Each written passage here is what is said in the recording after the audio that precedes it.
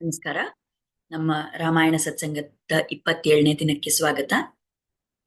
ಲಕ್ಷ್ಮೀನಾಥ ಸಮಾರಂಭಾಂ ನಾಥಯಾಮುನ ಮಧ್ಯಮಾಂ ಅಸ್ಮದಾಚಾರ್ಯ ಪರ್ಯಂತಾಂ ವಂದೇ ಗುರುಪರಂಪರಾಂ.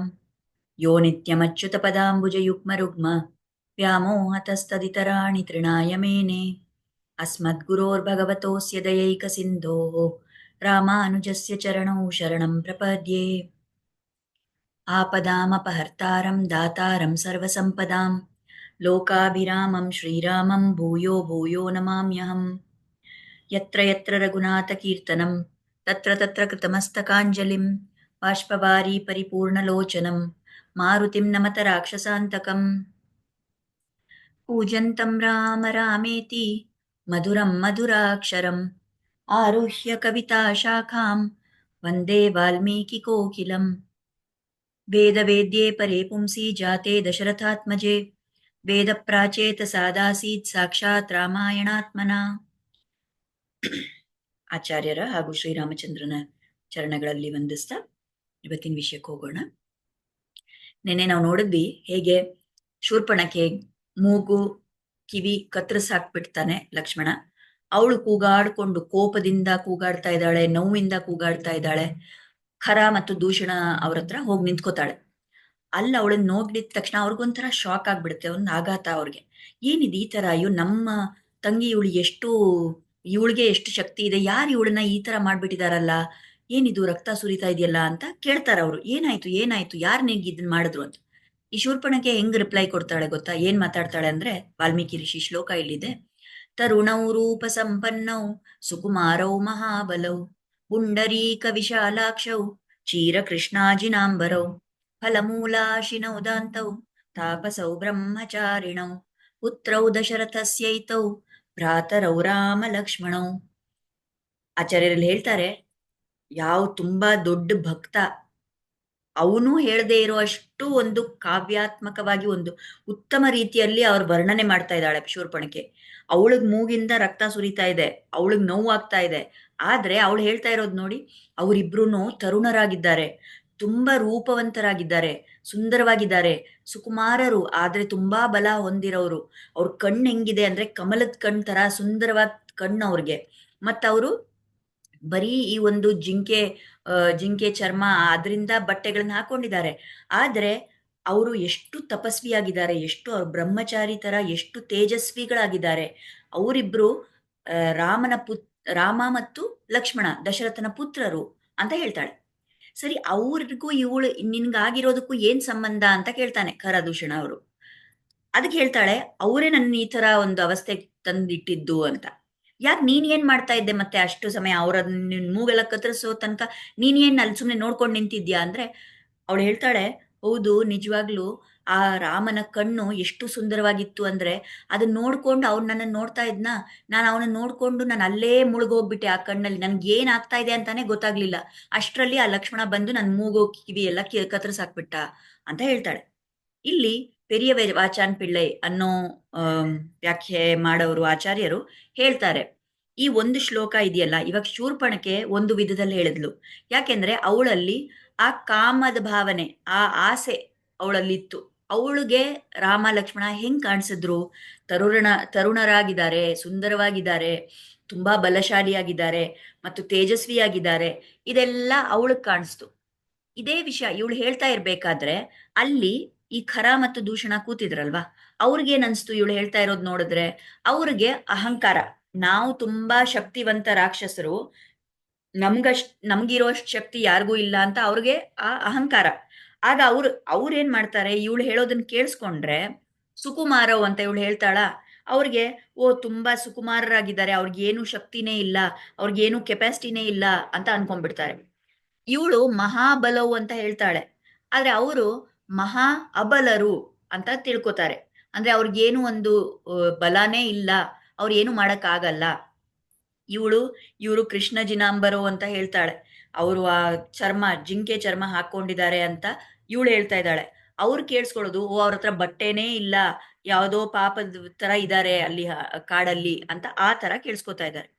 ಸರಿ, ಖರ ಮತ್ತು ದೂಷಣ ಈ ತರ ಕೇಳಿಸ್ಕೊತಾರ? ಆ ಖರದೂಷಣದ ಜೊತೆ ಇರೋ ಅವರ ಸೇವಕರು ಆ ರಾಕ್ಷಸರು ಹೆಂಗ್ ಕೇಳಿಸ್ಕೊತಾರೆ, ಅವ್ರಿಗೆ ಓ ಇವ್ರಿಬ್ರು ಇಲ್ಲಿರೋರು ಈ ರಾಮ ಮತ್ತು ಲಕ್ಷ್ಮಣ ತುಂಬಾ ವೀರವಾಗಿ ಅವರಲ್ಲಿ ತುಂಬಾ ವೀರ ಗುಣ ಜಾಸ್ತಿ ಇದೆ ಅಂತ ಅವ್ರು ಅರ್ಥ ಮಾಡ್ಕೋತಾರೆ. ಯಾಕೆಂದ್ರೆ ಇವಳು ಹೇಳ್ದಾಗ ಮಹಾಬಲ ಅಂದಾಗ ಓ ತುಂಬಾ ಬಲ ಇದೆ ಇವ್ರಿಗೆ.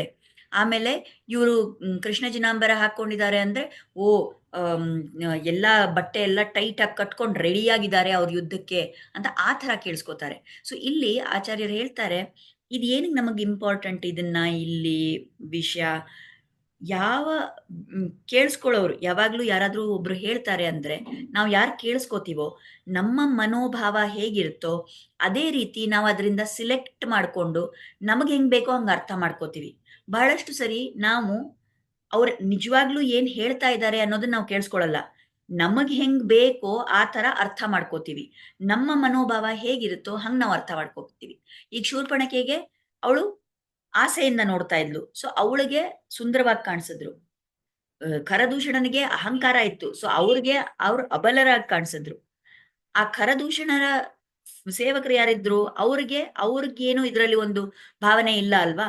ಅವ್ರಿಗೆ ಇಷ್ಟಾನೂ ಇಲ್ಲ, ಅನಿಷ್ಟಾನೂ ಇಲ್ಲ, ಅವ್ರಿಗೇನು ಇಲ್ಲ. ಆಗ ಅವ್ರು ಮಾತ್ರ ಕರೆಕ್ಟ್ ಆಗಿ ಕೇಳಿಸ್ಕೊಂಡ್ರು. ನಿಜವಾಗ್ಲೂ ಇವ್ರು ತುಂಬಾ ಪರಾಕ್ರಮಿಗಳು, ರೆಡಿಯಾಗಿ ನಿಂತಿದ್ದಾರೆ ಯುದ್ಧಕ್ಕೆ ಅಂತ ಅವ್ರು ಮಾತ್ರ ಕೇಳಿಸ್ಕೊಂಡ್ರು. ಸೊ ಯಾವಾಗ್ಲೂ ನಾವು ಕೂಡ ಯಾರಾದ್ರೂ ಈ ವಿಷಯ ಇಲ್ಲಿದೆ ರಾಮಾಯಣದಲ್ಲಿ. ನಮ್ ಜೀವನದಲ್ಲಿ ಏನಂದ್ರೆ ನಮಗೆ ಯಾರಾದ್ರೂ ಬಂದು ಏನಾದ್ರೂ ಒಂದು ಹೇಳಿದಾಗ ನಾವು ನಮ್ಮ ಭಾವನೆಗಳನ್ನ ಪಕ್ಕಕ್ಕಿಟ್ಬಿಟ್ಟು ಅವ್ರು ಏನ್ ಹೇಳ್ತಾ ಇದ್ದಾರೆ ಅಂತ ಕ್ಲೀನ್ ಆಗಿ ಅವ್ರು ಹೇಳ್ತಾ ಇರೋದು ಮಾತ್ರ ಕೇಳಿಸ್ಕೋಬೇಕು. ಅವ್ರು ಹೇಳಿದ್ ಕೇಳಿಸ್ಕೊಂಡ್ ಮೇಲೆ ನಾವು ನಿರ್ಧಾರ ಮಾಡ್ಕೊಂಡು ಅದನ್ನ ಹೆಂಗ್ ಫೇಸ್ ಮಾಡ್ಬೇಕು, ಏನ್ ಮಾಡ್ಬೇಕು ನೆಕ್ಸ್ಟ್ ಅನ್ನೋದ್ರ ಆಮೇಲೆ ಆ ಸಮಯದಲ್ಲಿ ನಾವು ಭಾವನೆಗಳನ್ನ ಹಾಕ್ಬೋದು. ಕೇಳಿಸ್ಕೊಳ್ಳೋವಾಗ ನಮ್ಮ ಭಾವನೆ ಅಲ್ಲಿ ಮಧ್ಯ ಬಂದ್ರೆ, ನಮ್ಮ ಒಂದು ಫೀಲಿಂಗ್ಸ್ ಅಲ್ಲಿ ಮಧ್ಯ ಬಂದ್ರೆ ಅವಾಗ ನಾವು ಸರಿಯಾಗಿ ಕೇಳಿಸ್ಕೊಳ್ದೇನೆ ಇರ್ಬೋದು. ಅದರಿಂದ ನಮ್ಗೆ ದೊಡ್ಡ ಅಪಾಯನೂ ಆಗ್ಬೋದು. ಸರಿ. ಈ 14,000 ರಾಕ್ಷಸರು ಇವಾಗ ಈ ಖರದೂಷಣನಿಗೆ ಇವಾಗ ಗೊತ್ತಾಯ್ತಾ? ಸರಿ, ರಾಮ ಲಕ್ಷ್ಮಣ ಅವರೇ ಸೇರಿ ಈ ತರ ಒಂದು ಅಪಮಾನ ಮಾಡಿದಾನೆ ನಮ್ಮ ಶೂರ್ಪಣಖಿಗೆ ಅಂದ್ರೆ ಮತ್ತೆ ಯಾರು ಇವನು? ಅವ್ರಿಗೆ ಹೇಗೆ ಇಷ್ಟೆಲ್ಲ ಅವ್ರಿಗೆ ಧೈರ್ಯ ಇದೆಲ್ಲ ಮಾಡಕ್ಕೆ? ಇವತ್ತು ಶೂರ್ಪಣಖಿಗೆ ಮಾಡಿದ್ದಾರೆ, ನಾಳೆ ಇನ್ನ ಅವ್ರು ಜೋರ್ ಮಾಡಕ್ ಶುರು ಮಾಡ್ತಾರೆ. ಅವ್ರಿಗೆ ಬುದ್ಧಿ ಕಲಿಸ್ಬೇಕು, ಅವ್ರನ್ನ ನಾಶ ಮಾಡ್ಬೇಕು ಈ ಮನುಷ್ಯರನ್ನ ಅಂತ ಹೇಳಿ 14,000 ರಾಕ್ಷಸರು ಎಲ್ರೂ ಒಂದೇ ಸಮಯದಲ್ಲಿ ಆಕ್ರಮಣ ಮಾಡ್ತಾರೆ ರಾಮನ ಆಶ್ರಮದ ಮೇಲೆ. ರಾಮ ನೋಡ್ತಾನೆ, ಓ ಈ ರಾಕ್ಷಸರೆಲ್ಲ ಬಂದಿದಾರಂತ. ಆಗ ರಾಮ ಏನ್ ಮಾಡ್ತಾನೆ, ಲಕ್ಷ್ಮಣನ್ಗೆ ಹೇಳ್ತಾನೆ, ಸೀತೆಯನ್ನ ಕರ್ಕೊಂಡು ಹೋಗಿ ನೀನ್ ಆಶ್ರಮದ ಒಳಗಿರು, ನಾನು ಇವ್ರನ್ನ ನೋಡ್ಕೋತೀನಿ ಅಂತಾನೆ. ರಾಮ ಒಬ್ನೇ ಅಲ್ಲಿ ನಿಂತ್ಕೊಂಡು ಸಿಂಗಲ್ ಆಗಿ ಅವನು ಒಬ್ನೇ ಯಾವ ದೈವಿ ಶಕ್ತಿನೂ ಉಪಯೋಗಿಸಲ್ಲ. ಅವನ್ ಮನುಷ್ಯ ರೂಪದಲ್ಲಿ ಇರೋವಾಗ ಅವನಿಗೆ ಯಾವ ಗುಣಗಳಿದೆಯೋ, ಅವನಿಗೆ ಎಷ್ಟು ಒಂದು ಆ ಬಿಲ್ಲು ಬಾಣ, ಆ ಧನುಷ್ಯ ವಿದ್ಯೆ ಅವನಿಗೆ ಎಷ್ಟಿದೆಯಲ್ಲ, ಅದನ್ನ ಅವನ್ ಬಿಲ್ಲು ಬಾಣ ಉಪಯೋಗಿಸ್ಕೊಂಡು ಅವನಿಗೆ ಏನ್ ಧನುರ್ವಿದ್ಯೆ ಇದೆ, ಅವನಿಗೆ ಎಷ್ಟೆಲ್ಲ ಪರಾಕ್ರಮ ಇದೆ ಮನುಷ್ಯನ ರೂಪದಲ್ಲಿ, ಅದನ್ನ ಮಾತ್ರ ಉಪಯೋಗಿಸಿ ಎಲ್ಲಾ ರಾಕ್ಷಸರನ್ನು ನಾಶ ಮಾಡ್ಬಿಡ್ತಾನೆ. ಆ 14,000 ರಾಕ್ಷಸರಲ್ಲಿ ಬಂದಿದ್ರಲ್ಲ, ಅದ್ರಲ್ಲಿ ಒಬ್ಬ ಮಾತ್ರ ಅವನು ಬದುಕೋತಾನೆ. ಅದ್ಯಾಕೆ ಅಂದ್ರೆ ಅವನು ಒಂಥರ ಹೆಂಗಸರ ತರ ವೇಷ ಹಾಕೊಂಡಿದ್ದ. ಅದಕ್ಕೆ ರಾಮ ಅವನನ್ನು ಹೊಡಿಯಲ್ಲ. ಯಾಕೆಂದ್ರೆ ರಾಮನ ನೀತಿ ಅದು, ಹೆಂಗಸರ ಮೇಲೆ ಕೈ ಎತ್ತಲ್ಲ ಅಂತ. ನಾವ್ ಅನ್ಕೋಬಹುದು ಅವಾಗ ತಾಟಕೆಯನ್ನು ಸಾಯಿಸಿದ್ರಲ್ಲ, ತಾಟಕೆಯನ್ನು ಸಾಯಿಸೋದಕ್ಕೆ ಗುರು ಆಜ್ಞೆ ಮಾಡಿದ್ರು, ವಿಶ್ವಾಮಿತ್ರರು ಹೇಳಿದ್ದಕ್ಕೆ ಅಲ್ಲಿ ಸಾಯಿಸಿದ್ದ. ಆದ್ರೆ ತನಗ್ ಬಿಟ್ಟಾಗ ಯುದ್ಧದಲ್ಲಿ ರಾಮ ಯಾರ ಹೆಂಗಸರ ಮೇಲೂ ಕೈ ಎತ್ತಲ್ಲ.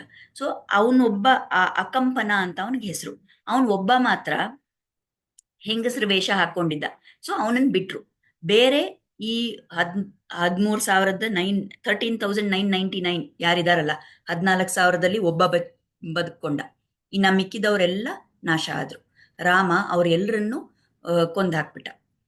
ಆಮೇಲೆ ಇದೆಲ್ಲ ಮುಗಿಸ್ಬಿಟ್ಟು ಸರಿ, ಈಗ ರಾಮನ ಶರೀರದಲ್ಲಿ ಗಾಯ ಆಗಿದೆ, ರಕ್ತ ಹರಿತಾ ಇದೆ, ಬರ್ತಾನೆ ವಾಪಸ್ಸು ಆಶ್ರಮದ ಕಡೆ. ಅವನನ್ನ ನೋಡಿದ ತಕ್ಷಣ ಅಯ್ಯೋ ಈ ನನ್ನ ರಾಮ ಒಬ್ನೇ ಇಷ್ಟೆಲ್ಲ ರಾಕ್ಷಸರನ್ನ ಸಂಹಾರ ಮಾಡಿದಾನಲ್ಲ ಅಂತ ನೋಡಿ ಈ ಸೀತೆಗೆ ರೋಮಾಂಚನ ಆಗ್ಬಿಡುತ್ತೆ. ತುಂಬಾ ಸಂತೋಷ ಅವಳಿಗೆ.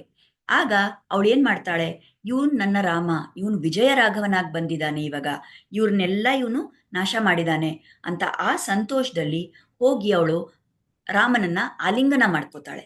ಇಲ್ಲಿ ವಾಲ್ಮೀಕಿ ಶ್ಲೋಕ ಹೇಳ್ತಾರೆ, ತಂ ದೃಷ್ಟ್ವಾ ಶತ್ರು ಹಂತಾರಂ ಮಹರ್ಷೀಣಾಂ ಸುಖಾವಹಂ ಬಭೂವ ಹೃಷ್ಟ ವೈದೇಹಿ ಭರ್ತಾರಂ ಪರಿಶ್ವಜೆ. ಈ ಸೀತೆ, ಈ ವೈದೇಹಿ, ಅವಳಿಗೆ ಹೆಸರು ವೈದೇಹಿ ಅಲ್ಲ ಸೀತೆಗೆ, ಯಾಕೆಂದ್ರೆ ವಿದೇಹ ದೇಶದ ಹುಡುಗಿ ಅವಳು. ಸೊ ಸೀತೆಗೆ ವೈದೇಹಿ ಅಂತ ಹೆಸರು. ಅವಳು ಏನ್ ಮಾಡ್ತಾಳೆ, ಅವಳು ಭರ್ತ, ಭರ್ತ ಅಂದ್ರೆ ಪತಿಯನ್ನ ನೋಡ್ತಾಳೆ. ಯಾವ ಪತಿಯನ್ನ? ಶತ್ರು ಹಂತಾರಂ, ಎಲ್ಲಾ ಶತ್ರುಗಳನ್ನು ನಾಶ ಮಾಡಿರುವಂತ ಪತಿಯನ್ನ ನೋಡ್ತಾಳೆ.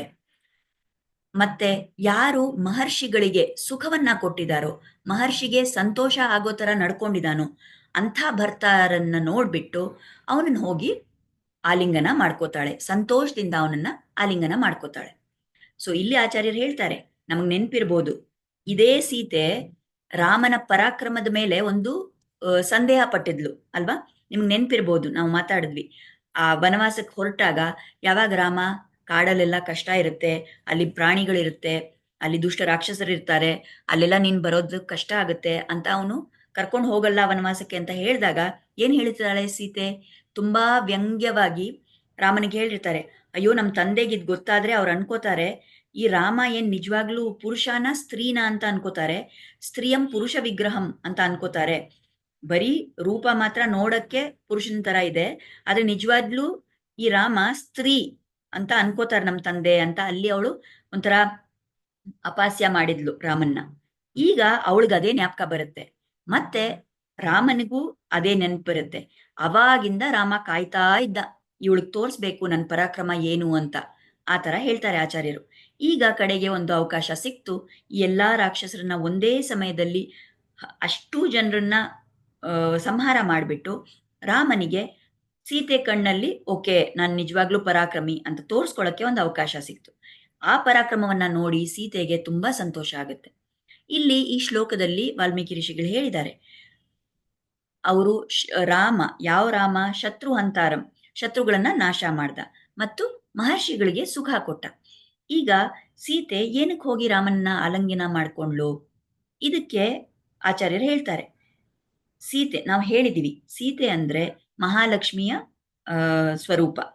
ಸೊ ಹೇಗೆ ಮಹಾಲಕ್ಷ್ಮಿಗೆ ಅವಳ ಮಕ್ಕಳು ಸಂತೋಷವಾಗಿರ್ಬೇಕು ಅಂತ ಒಂದು ಆಸೆ ಇರುತ್ತಲ್ಲ, ಅದೇ ತರ ಸೀತೆಗೆ ಆ ಋಷಿ ಮುನಿಗಳು ಕಷ್ಟ ಪಡ್ತಾ ಇರೋದನ್ನ ನೋಡಿದಾಗ ತುಂಬಾ ದುಃಖ ಆಗಿರುತ್ತೆ. ಅವರು ಬಂದು ರಾಕ್ಷಸರು ನಮ್ಗೆ ಕಷ್ಟ ಕೊಡ್ತಾ ಇದ್ದಾರೆ ಅಂತ ಎಲ್ಲ ಹೇಳಿದಾಗ ತುಂಬಾ ದುಃಖಿತಲಾಗಿರ್ತಾಳೆ ಅವಳು. ಈಗ ಆ ರಾಕ್ಷಸರು ಸಂಹಾರ ಆದ್ರಲ್ಲ, ಈ ಋಷಿ ಮುನಿಗಳಿಗೆ ಇನ್ಮೇಲೆ ಭಯ ಇಲ್ವಲ್ಲ, ನನ್ನ ಮಕ್ಕಳು ಇವಾಗ ಸಂತೋಷವಾಗಿ ಅವರು ತಪ ಯಜ್ಞ ಎಲ್ಲ ಮಾಡ್ಕೊಂಡಿರ್ಬೋದಲ್ಲ ಅನ್ನೋ ಕಾರಣಕ್ಕೆ ಸೀತೆಗೆ ಖುಷಿ ಆಗುತ್ತೆ, ಸೀತೆಗೆ ಸಂತೋಷ ಆಗುತ್ತೆ. ರಾಮ ಒಂದ್ ಮಾತು ಕೊಟ್ಟಿದ್ದ ಈ ಋಷಿ ಮುನಿಗಳಿಗೆ, ಆ ಮಾತನ್ನ ರಾಮ ಇವಾಗ ಕಾಪಾಡಿದಾನೆ. ಅವ್ರಿಗೇನ್ ಆಶ್ವಾಸನೆ ಕೊಟ್ಟಿದ್ನೋ ಅದನ್ನ ಇವಾಗ ಮಾಡಿ ತೋರಿಸಿದಾನೆ, ಅದಕ್ಕೆ ಅವಳಿಗೆ ಸಂತೋಷ. ಇನ್ನೊಂದಿಲ್ಲ ಆಚಾರ್ಯರು ಹೇಳ್ತಾರೆ, ಅವಳಿಗೇನ್ ಅನ್ಸುತ್ತೆ, ಅಯ್ಯೋ ನಾನು ಆವಾಗ ಹೀಗೆ ಹೇಳಿದ್ನಲ್ಲ, ಸ್ತ್ರೀಯಂ ಪುರುಷ ವಿಗ್ರಹಂ ಅಂತ ಹೇಳಿದ್ದೆ, ಆಗ ನಾನ್ ತುಂಬಾ ಅವ್ರನ್ನ ಹಾಸ್ಯ ಮಾಡಿದ್ದೆ. ಆದ್ರೆ ಇವಾಗ ನಮ್ ತಂದೆ ಜನಕರಾಜ ನಿಜವಾಗ್ಲೂ ಅವರು ಮದ್ವೆ ಸಮಯದಲ್ಲಿ ಈ ರಾಮ ಆ ಒಂದು ಧನುಷ್ಯವನ್ನ ಎತ್ತದ ಅನ್ನೋ ಒಂದು ಕಾರಣಕ್ಕೆ ನನ್ನನ್ನು ಮದ್ವೆ ಮಾಡ್ಕೊಟ್ಟಿದ್ರು. ಈಗ ಸಪೋಸ್ ಈ ರಾಮನ ಪರಾಕ್ರಮ ಈ ತರ ಅವನು ಒಬ್ನೇ ಇಷ್ಟೆಲ್ಲ ರಾಕ್ಷಸರನ್ನ ಸಂಹಾರ ಮಾಡಿದಾನೆ, ಇಷ್ಟೆಲ್ಲ ಪರಾಕ್ರಮ ಇದೆ ಈ ರಾಮನಿಗೆ ಅಂತ ನೋಡಿದ್ರೆ ನಮ್ಮ ತಂದೆ ಇನ್ನೆಷ್ಟು ಸಂತೋಷ ಪಡೋರೋ ಏನೋ. ಆವಾಗ ಆ ಬಿಲ್ಲು ಆ ಧನುಷ್ಯ ಮುರಿದಿದ್ದಕ್ಕೆ ನನ್ನನ್ನು ಮದ್ವೆ ಮಾಡಿಕೊಟ್ರು. ಈಗ ಈ ಪರಾಕ್ರಮ ನೋಡಿದ್ರೆ ಅವ್ರೇನು ಒಂದು ಅವ್ರಿಗೆ ರಿವಾರ್ಡ್ ಕೊಡೋರು, ಏನು ಅವ್ರಿಗೊಂದು ಪರಿಸ್ ಕೊಡಬೇಕಾಗಿತ್ತು. ಆದ್ರೆ ನಮ್ಮ ತಂದೆ ಇವಾಗ ಇಲ್ಲಿಲ್ವಲ್ಲ, ಸರಿ ನಾನೇನ್ ಇವ್ರಿಗೆ ಮಾಡ್ಬೋದು, ನನ್ನ ಸಂತೋಷ ತಿಳಿಸ್ಕೊಳಕ್ ನಾನೇನ್ ಕೊಡ್ಬೋದು ರಾಮನಿಗೆ ಅಂತ ವಿಚಾರ ಮಾಡಿ, ಇನ್ಯಾವ ರಿವಾರ್ಡ್ ಬೇಕು ಅವ್ರಿಗೆ, ಇನ್ಯಾವ ಒಂದು ಪರಿಸ್ ಬೇಕು ರಾಮನಿಗೆ, ನನ್ನ ಆಲಿಂಗನಾನೇ ಅಂತ ಹೋಗಿ ಅವಳು ಆಲಿಂಗನ ಮಾಡ್ಕೋತಾಳೆ. ಇದನ್ನ ಆಚಾರ್ಯರು ಹೇಳ್ತಾರೆ ಇಲ್ಲಿ. ಈಗ ನಾವು ನೋಡಿದ್ವಿ, ಆ ಒಬ್ಬ ಅಕಂಪನ ಅಲ್ಲಿ ಇದ್ದ ಅಲ್ವಾ? ಸೊ ಆ ಅಕಂಪನ ಬದುಕೊಂಡ. ಅವನೇನ್ ಮಾಡ್ತಾನೆ, ರಾವಣನ ಹತ್ರ ಹೋಗ್ತಾನೆ, ಓಡೋಗ್ತಾನೆ ರಾವಣನ ಹತ್ರ, ನಡೆದಿದ್ದೆಲ್ಲ ಹೇಳ್ತಾನೆ. ಒಬ್ಬ ಸಿಂಗಲ್ ಆಗಿ ಒಬ್ಬ ಮನುಷ್ಯ, ಸಾಮಾನ್ಯ ಮನುಷ್ಯ ಇಷ್ಟೆಲ್ಲ ರಾಕ್ಷಸರನ್ನ ನಮ್ ಜನಸ್ಥಾನದಲ್ಲಿ ಇದ್ದಿದ್ದ ಎಲ್ಲಾ ರಾಕ್ಷಸರನ್ನು ನಾಶ ಮಾಡ್ಬಿಟ್ಟಿದ್ದಾನೆ, ಎಲ್ರನ್ನೂ ಕೊಂದಾಕಿದ್ದಾನೆ ಅಂತ ಹೇಳ್ತಾನೆ. ರಾವಣನಿಗೆ ಇದ್ ಕೇಳಿದ ಕೂಡ್ಲೆ ತುಂಬಾ ಆಘಾತ ಆಗುತ್ತೆ.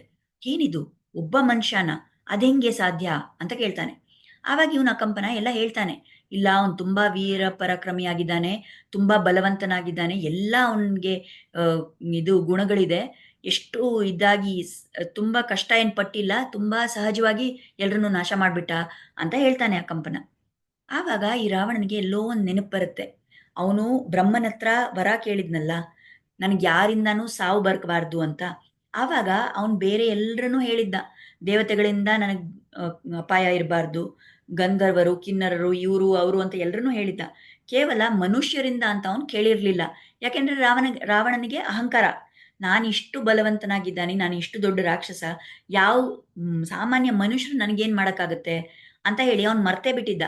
ಮನುಷ್ಯರಿಂದ ನನಗೆ ರಕ್ಷಣೆ ಆಗ್ಬೇಕು ಅಂತ ಕೇಳಿರ್ಲಿಲ್ಲ ಬ್ರಹ್ಮನ್ನ. ಈಗ ಅವ್ನಿಗೆಲ್ಲೋ ಅದೊಂದು ಚುಟ್ಕಿ ಜ್ಞಾಪಕ ಬರುತ್ತೆ.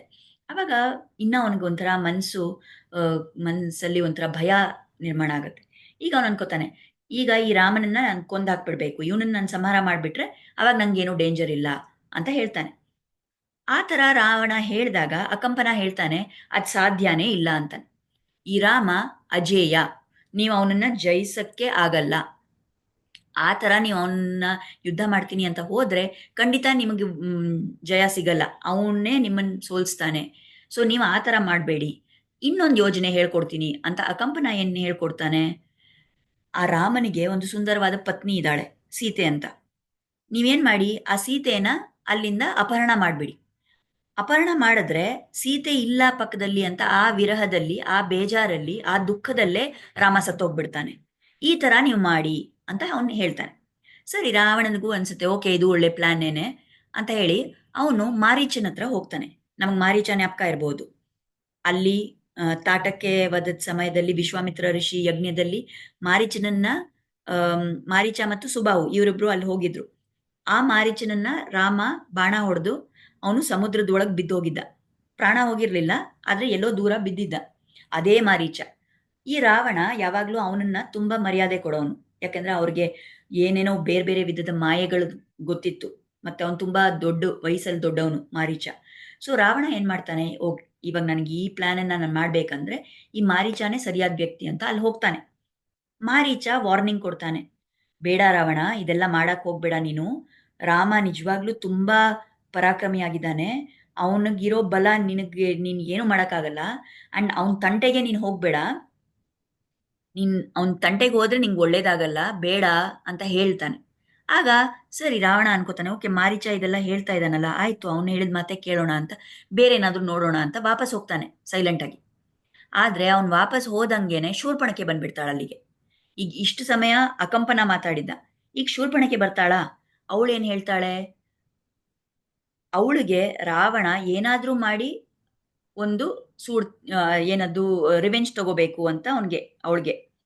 ಅವಳೇನ್ ಮಾಡ್ತಾಳೆ, ರಾವಣನಿಗೆ ಯಾವ ರೀತಿಯಲ್ಲಿ ಹೇಳಿದ್ರೆ ಅವನು ಆಕ್ಷನ್ ತಗೋತಾನೆ ಆ ಪ್ರಕಾರ ಅವಳು ಹೇಳ್ಬೇಕು ಅಂತ ಶುರು ಮಾಡ್ಕೋತಾಳೆ. ಆಗ ಅವಳಿಗೆ ಗೊತ್ತು ರಾವಣನ ಸ್ವರೂಪ ಹೇಗಿದೆ, ಅವನ್ದು ಏನ್ ಮನೋಭಾವ ಇದೆ, ಅವನು ತುಂಬಾ ಕಾಮದಿಂದ ಭರಿತನಾಗಿದ್ದಾನೆ. ಅದು ಅವಳಿಗೆ ಗೊತ್ತಲ್ಲ. ಸೊ ಅವಳು ಯಾವ ಆಂಗಲ್ ಅಲ್ಲಿ ಹೇಳ್ತಾಳೆ, ನಿನ್ ಗೊತ್ತಾ ಇದೆಲ್ಲ ನನಗ್ ಯಾರು ಮಾಡಿದ್ದಂದ್ರೆ ಈ ರಾಮ, ಅವನ ಹೆಂಡತಿ ಒಬ್ಳಿದ್ದಾಳೆ ಆ ಸೀತೆ ಅಂತ, ಅವಳು ತುಂಬಾ ಸುಂದರವಾಗಿದ್ದಾಳೆ, ಅವಳು ಹೀಗಿದ್ದಾಳೆ, ಅವಳು ಎಷ್ಟು ಸೌಂದರ್ಯ ಇದೆ, ಇಷ್ಟಿದೆ ಅಷ್ಟಿದೆ ಅಂತ ಆ ಸೀತೆಯ ಶಾರೀರಿಕ ಸೌಂದರ್ಯವನ್ನ ತುಂಬಾ ಅವಳು ವರ್ಣನೆ ಮಾಡ್ತಾಳೆ. ಅದನ್ನ ಕೇಳಿಸ್ಕೊಳ್ತಾ ಕೇಳಿಸ್ಕೊಳ್ತಾ ಕೇಳಿಸ್ಕೊಳ್ತಾ ಈ ರಾವಣನಲ್ಲೂ ಆ ಕಾಮ ಇನ್ನ ಹೆಚ್ಚಾಗ್ತಾ ಹೋಗುತ್ತೆ. ಅವನು ಆಸ್ ಇಟ್ ಈಸ್ ಕಾಮ ಭರಿತನಾಗಿದ್ದ. ಅವನಿಗೆ ಆಲ್ರೆಡಿ ಎಷ್ಟೊಂದು ನೂರಾರು ಹೆಂಡತಿಯರಿದ್ರು. ಆದ್ರೆ ಈ ಶೂರ್ಪಣಖೆ ಹೇಳೋದು ಕೇಳಿಸ್ಕೊಂಡು ಈಗ ಅವನಿಗೇನು ಆಸೆ ಅಂದ್ರೆ, ಆ ಸೀತೆಯನ್ನು ನನ್ನ ಪತ್ನಿ ಮಾಡ್ಕೋಬೇಕು, ಆ ಸೀತೆಯನ್ನು ನಾನು ಎಂಜಾಯ್ ಮಾಡಬೇಕು ಅಂತ ಅವನಿಗೆ ಆಸೆ ಟ್ರಿಗರ್ ಆಗುತ್ತೆ ಅಲ್ಲಿ. ಸೊ ಈ ತರ ಒಂದು ಕಾಮ ಪ್ರಚೋದನೆ ಇವಳು ಕೊಡ್ತಾಳಲ್ಲ ಶೂರ್ಪಣಖೆ, ಆಗ ರಾವಣನಿಗೆ ಇವಾಗ ಬುದ್ಧಿ ಭ್ರಷ್ಟ ಆಗ್ಬಿಡುತ್ತೆ. ಅವನು ವಾಪಸ್ ಮಾರೀಚನ ಹತ್ರ ಓಡೋಗ್ತಾನೆ.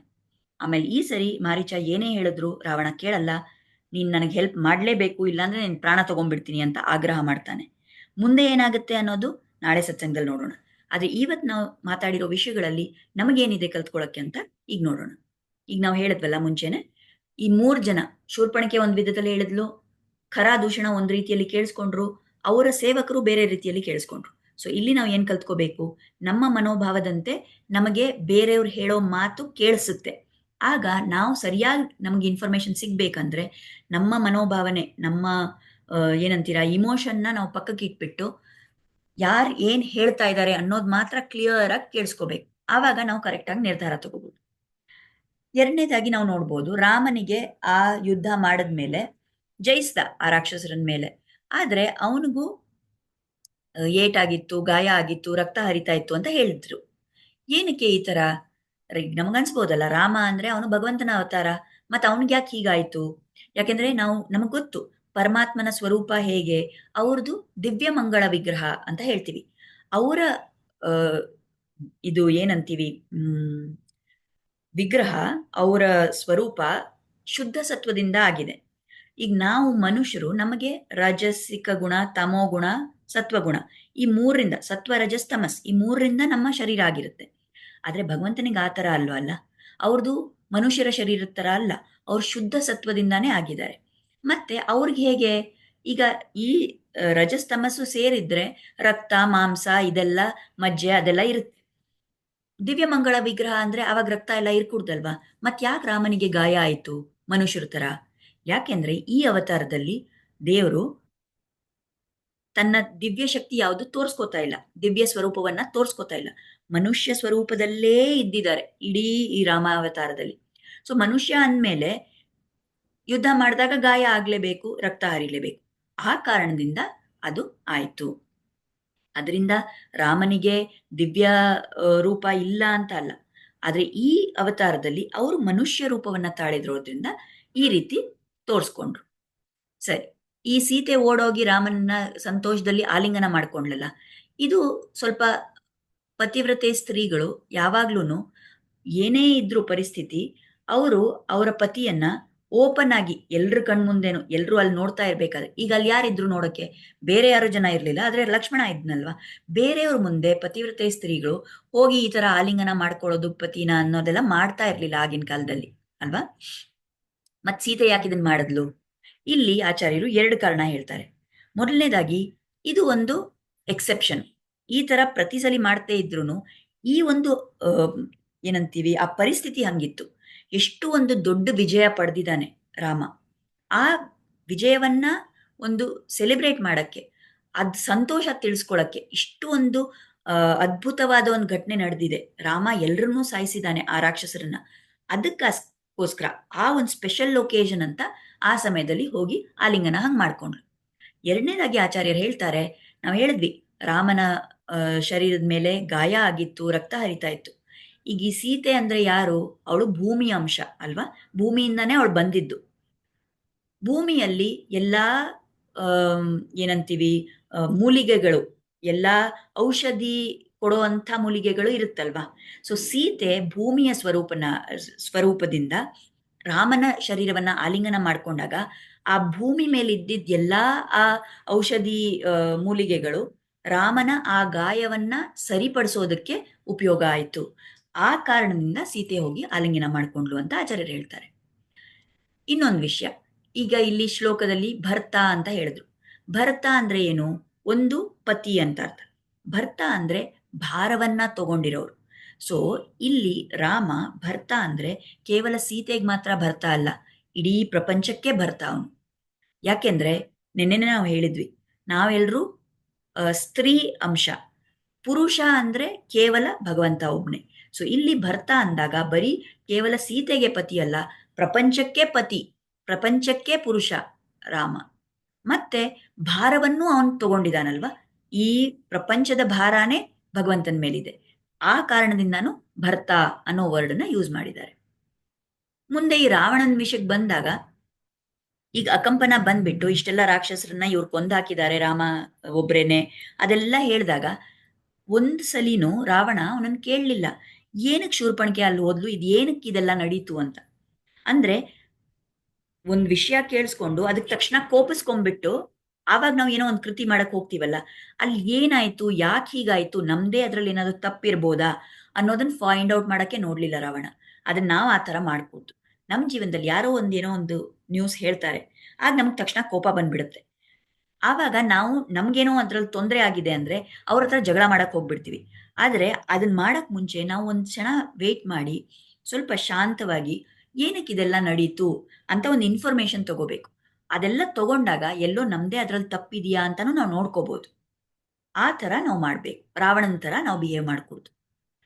ಲಾಸ್ಟ್ ಅಲ್ಲಿ ಆಚಾರ್ಯರು ಹೇಳ್ತಾರೆ, ಈ ರಾವಣ ಫಸ್ಟ್ ಮಾರೀಚನ ಹತ್ರ ಹೋದ. ಮೊದಲನೇ ಸರಿ ಮಾರೀಚನ ಹತ್ರ ಹೋದಾಗ ಮಾರೀಚ, ಬೇಡ ರಾವಣ, ನಿನಗೆ ಒಳ್ಳೇದಲ್ಲ, ರಾಮನ ಹತ್ರ ನೀನು ಯುದ್ಧ ಮಾಡಿಸ್ಕೋಬೇಡ, ಈ ತರ ಒಂದ್ ಎದ್ರಿ ಅವನನ್ನ ಮಾಡ್ಕೋಬೇಡ ಈ ತರ ಅಂತ ಹೇಳಿದಾಗ ಕೇಳಿಸ್ಕೊಂಡು ವಾಪಸ್ ಬಂದ. ಯಾಕೆಂದ್ರೆ ಆವಾಗ ರಾವಣನಿಗೆ ಎಲ್ಲೋ ಒಂಚೂರು ವಿವೇಕ ಶಕ್ತಿ ಇತ್ತು. ಓಕೆ, ಮಾರೀಚ ಹೇಳ್ತಾ ಇದ್ದಾನೆ, ಇವ್ರು ದೊಡ್ಡವರು, ಇವ್ರಿಗೆಲ್ಲ ಗೊತ್ತಿರುತ್ತೆ, ಎಕ್ಸ್ಪೀರಿಯನ್ಸ್, ಇವ್ರಿಗೆ ಅನುಭವ ಇದೆ ಅಂತ ಹೇಳಿ ಅವನು ಅವ್ರ ಮಾತನ್ನ ನಂಬಿ ವಾಪಸ್ ಬಂದಿದ್ದ. ಆದ್ರೆ ಶೂರ್ಪಣಖೆ ಬಂದು ರಾವಣನ ಮನಸ್ಸಲ್ಲಿ ಆ ಕಾಮವನ್ನ ತುಂಬಿದಾಗ ಆಗೇನಾಯ್ತು, ವಿವೇಕ ಎಲ್ಲ ಹೊರಟೋಯ್ತು. ಸಾಮಾನ್ಯವಾಗಿ ಎಲ್ಲಾ ವಿಷಯದಲ್ಲೂ ರಾವಣ ಅವನ ಮಂತ್ರಿಗಳನ್ನ ಒಂದು ಸಲಹೆ ಕೇಳ್ತಾ ಇದ್ದ. ಆದ್ರೆ ಈ ವಿಷಯದಲ್ಲಿ ಈ ಶೂರ್ಪಣಿಕೆ ಮಾಡಿದ್ದ ಕಾಮ ಪ್ರಚೋದನೆಯಿಂದ ರಾವಣನಿಗೆ ಬುದ್ಧಿ ಎಲ್ಲ ಭ್ರಷ್ಟ ಆಗೋಯ್ತು. ಅವನು ಯಾರನ್ನೂ ಏನೂ ಕೇಳಲಿಲ್ಲ. ಮತ್ತೆ ಸೆಕೆಂಡ್ ಟೈಮ್ ಮತ್ತೆ ಪುನಃ ಮಾರೀಚನ ಹತ್ರ ಹೋಗ್ತಾನಲ್ಲ, ಆವಾಗ ಮಾರೀಚ ಎಷ್ಟೇ ಬುದ್ಧಿ ಹೇಳಿದ್ರು ರಾವಣ ಇವಾಗ ಕೇಳಕ್ ರೆಡಿ ಇಲ್ಲ. ಯಾಕೆ? ಮುಂಚೆ ಯಾಕೆ ಕೇಳಿಸ್ಕೊಂಡ, ಮತ್ತೆ ಇವಾಗ ಯಾಕೆ ಕೇಳಿಸ್ಕೊಳ್ತಾ ಇಲ್ಲ? ಯಾಕೆಂದ್ರೆ ಮುಂಚೆ ಅವನಿಗೆ ವಿವೇಕ ಶಕ್ತಿ ಇತ್ತು, ಆ ಸಮಯದಲ್ಲಿ ಕಾಮ ಇರಲಿಲ್ಲ ಮನಸ್ಸಲ್ಲಿ. ಈಗ ಕಾಮ ತುಂಬೋಗಿದೆ. ಕಾಮ ತುಂಬಿದಾಗ ನಾವು ಏನ್ ಮಾಡ್ತಾ ಇದ್ದೀವಿ, ಯಾವ್ದು ಸರಿ ಯಾವ್ದು ತಪ್ಪು, ಇದೆಲ್ಲ ಯಾವುದು ನಮಗ್ ಗಮನಕ್ಕೆ ಬರಲ್ಲ. ಅಂತ ಸಮಯದಲ್ಲಿ ನಾವು ಬುದ್ಧಿ ಭ್ರಷ್ಟ ಆಗ್ಬಿಟ್ಟು ಯಾವ ಡಿಸಿಷನು ನಾವು ತಗೊಳಕ್ಕಾಗಲ್ಲ ಕರೆಕ್ಟಾಗಿ. ನಾವು ತಗೊಂಡಿದ್ದೆಲ್ಲ ತಪ್ಪಾಗೆ ಡಿಸೈಡ್ ಮಾಡ್ಕೋತೀವಿ. ಅದಕ್ಕೇನೆ ಹೇಳೋದು, ಈ ಕಾಮ ಅನ್ನೋದು ತುಂಬಾ ಕೆಟ್ಟದು ಅಂತ. ಈ ಕಾಮ ಅಂದ್ರೆ ಸುಮಾರು ಸಲಿ ನಮ್ಗೇನ್ ಅನ್ಸುತ್ತೆ, ಒಂಥರ ಈ ಶಾರೀರಿಕವಾಗಿ ಒಂದ್ ಸುಖ ಅನುಭವಿಸಕ್ಕೆ, ಲೈಂಗಿಕ ಸುಖ ಅನುಭವಿಸಕ್ಕೆ ಅಂತ ನಮ್ಗೆ ಆತರ ಅನ್ಕೋತೀವಿ. ಆದ್ರೆ ಕಾಮ ಅಂದ್ರೆ ಯಾವುದೇ ರೀತಿಯಾದ ಒಂದು ಅತಿಯಾದ ಆಸೆ, ಯಾವುದೇ ವಸ್ತು ಬಗ್ಗೆ ಇರ್ಬೋದು, ಯಾವುದೇ ವ್ಯಕ್ತಿ ಬಗ್ಗೆ ಇರ್ಬೋದು, ನಮ್ ನನ್ಗೊಂದು ಪರ್ಟಿಕ್ಯುಲರ್ ಒಂದು ಸ್ಥಾನ ಬೇಕು ಅಂತ ಇರ್ಬೋದು, ಯಾವುದೇ ಒಂದು ಅತಿಯಾದ ಆಸೆಯನ್ನ ಕಾಮ ಅಂತ ಹೇಳ್ಬೋದು. ಸೊ ನಾವು ಇವಾಗ ಈ ರಾವಣನ ಉದಾಹರಣೆಯಿಂದ ಏನ್ ಕಲಿಬೇಕು, ನಮಗೂ ಕೂಡ ಏನಾದ್ರೂ ನಮ್ಗೆ ಇದು ಬೇಕೇ ಬೇಕು, ಈ ಒಂದು ವಸ್ತು ನಾನು ಪಡಿಲೇಬೇಕು ಅಂತ ಇದ್ದಾಗ ಮನಸ್ಸಲ್ಲಿ ನಾವು ಏನಾದ್ರೂ ಮಾಡಕ್ ರೆಡಿ ಆಗ್ಬಿಡ್ತೀವಿ ಅದನ್ನ ಪಡಿಯಕ್ಕೆ. ಆವಾಗ ನಮ್ಗೆ ವಿವೇಕ ಹೊರಟೋಗುತ್ತೆ. ನಾವು ತಪ್ಪಾಗಿ ನಿರ್ಧಾರಗಳನ್ನು ತಗೋತೀವಿ, ತಪ್ಪಾಗಿರೋ ಮಾರ್ಗದಲ್ಲಿ ಹೋಗ್ತೀವಿ, ಏನೇನೋ ತಪ್ಪು ಮಾಡ್ತೀವಿ. ನಮ್ಗೆ ಅದಕ್ಕೆ ಶಿಕ್ಷೆನೂ ಸಿಗ್ಬೋದು, ಇಲ್ಲ ನಮ್ಗೆ ಪಾಪ ಖಂಡಿತ ಕಟ್ಕೋತೀವಿ ಅದನ್ನ ಮಾಡಿ. ಆ ಥರ ನಾವು ಇರ್ಕೂಡ್ದು. ರಾವಣನ ಉದಾಹರಣೆಯಿಂದ ನಾವು ಕಲಿಬೇಕು. ಕಾಮ ಅನ್ನೋದು ತುಂಬಾ ಕೆಟ್ಟದು. ನಮ್ಮ ಮನಸ್ಸಲ್ಲಿ ಒಂದು ಅತಿಯಾದ ಆಸೆ ಬಂದ್ರೆ ಯಾವುದೇ ವಿಷಯದ ಬಗ್ಗೆ, ಅದು ನಮ್ಮನ್ನ ವಿನಾಶದ ಕಡೆನೆ ಕರ್ಕೊಂಡು ಹೋಗುತ್ತೆ. ಸೊ ನಾವು ಆದಷ್ಟು ಆಸೆಗಳನ್ನ ಕಡಿಮೆ ಮಾಡ್ಕೊಳಕ್ ಪ್ರಯತ್ನ ಮಾಡ್ಬೇಕು. ಇರೋದ್ರಲ್ಲಿ ಸಂತೋಷ ಪಡಕ್ ನೋಡ್ಬೇಕು. ಈ ರೀತಿ ಆಚಾರ್ಯರು ಇದನ್ನೆಲ್ಲ ಹೇಳ್ಕೊಟ್ಟಿದ್ದಾರೆ. ಸೊ ಇವತ್ತು ನಾವು ಇಷ್ಟೆಲ್ಲ ವಿಷಯಗಳನ್ನು ನೋಡಿದೀವಿ. ಇದಕ್ಕಾಗಿ ಆಚಾರ್ಯ ಚರಣಗಳಲ್ಲಿ, ರಾಮನ ಚರಣಗಳಲ್ಲಿ ಕೃತಜ್ಞತೆಯನ್ನ ಸಲ್ಲಿಸೋಣ. ಮತ್ತು ಅವ್ರ ಕೃಪೆ, ಅವರ ಅನುಗ್ರಹ ನಮ್ಮ ಮೇಲಿರ್ಲಿ. ಇದೆಲ್ಲ ಕಲ್ತ್ಕೊಳ್ಳೋ ವಿಷಯಗಳನ್ನ ನಾವು ನಮ್ಮ ಜೀವನದಲ್ಲಿ ಅಳವಡಿಸ್ಕೊಳ್ಳೋಕೆ ನಮ್ಗೆ ಶಕ್ತಿ ಸಿಗ್ಲಿ, ಕ್ಷಮತೆ ಬರಲಿ ಅಂತ ಪ್ರಾರ್ಥನೆ ಮಾಡೋಣ. ಮಂಗಳಂ ಕೋಸಲೇಂದ್ರಾಯ ಮಹನೀಯ ಗುಣಾಬ್ಧಯೇ ಚಕ್ರವರ್ತಿ ತನೂಜಾಯ ಸಾರ್ವಭೌಮಾಯ ಮಂಗಳಂ. ವೇದ ವೇದಾಂತ ವೇದ್ಯಾಯ ಮೇಘಶ್ಯಾಮಲಮೂರ್ತಯೇ ಪುಂಸಾಂ ಮೋಹನ ರೂಪಾಯ ಪುಣ್ಯಶ್ಲೋಕಾಯ ಮಂಗಳಂ. ಪಿತೃಭಕ್ತಾಯ ಸತತಂ ಭ್ರಾತೃಭಿಃ ಸಹ ಸೀತಯಾ ನಂದಿತಾಖಿಲ ಲೋಕಾಯ ರಾಮಭದ್ರಾಯ ಮಂಗಳಂ. ಶ್ರೀಮತೆ ರಘುವೀರಾಯ ಸೇತೂಲಂಘಿತ ಸಿಂಧವೇ ಜಿತರಾಕ್ಷಸರಾಜಾಯ ರಣಧೀರಾಯ ಮಂಗಳಂ. ಮಂಗಳಾಶಾಸನಪರೈರ್ ಮದಾಚಾರ್ಯ ಪುರೋಗಮೈಃ ಸರ್ವೈಶ್ಚ ಪೂರ್ವೈರಾಚಾರ್ಯೈಃ ಸತ್ಕೃತಾಯಾಸ್ತು ಮಂಗಳಂ. ಧನ್ಯವಾದ. ಮತ್ತೆ ನಾಳೆ ಸಿಗೋಣ. ಮುಂದೆ ಏನಾಯ್ತು ಅಂತ ನೋಡೋಣ. ನಮಸ್ಕಾರ.